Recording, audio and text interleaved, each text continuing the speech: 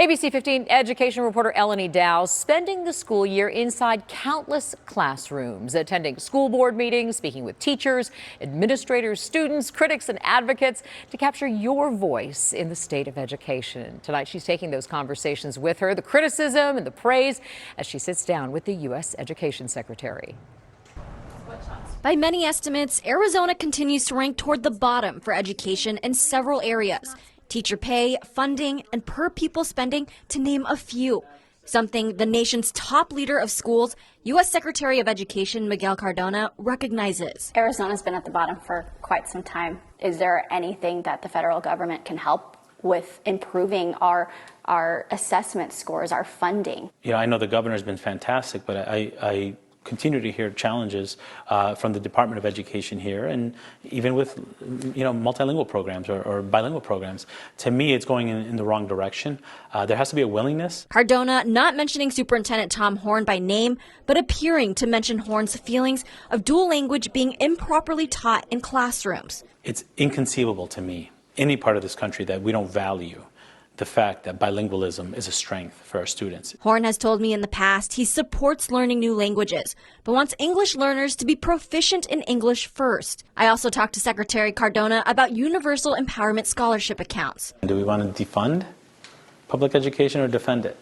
We have states that are very adamant that they rather put money into vouchers and take the money away from local public schools at the detriment of students. Meanwhile, supporters of ESAs cite the benefit of having more choice in their students' education.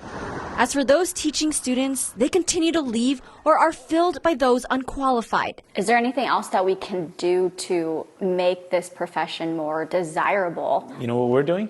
We're providing public service loan forgiveness.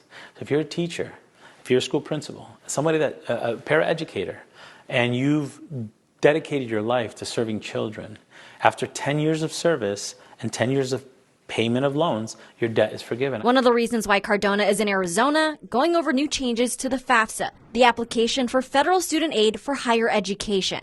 Since its late rollout, there have been issues that ABC15 covered extensively, most now resolved. For Arizona specifically, these issues affected them because some of their parents don't have Social Security numbers, and that was one big issue. Is there anything that you want to address with that? We recognize the challenges that this rollout played, and the challenges with some of the contracting that we've had has really created frustrations for all of us.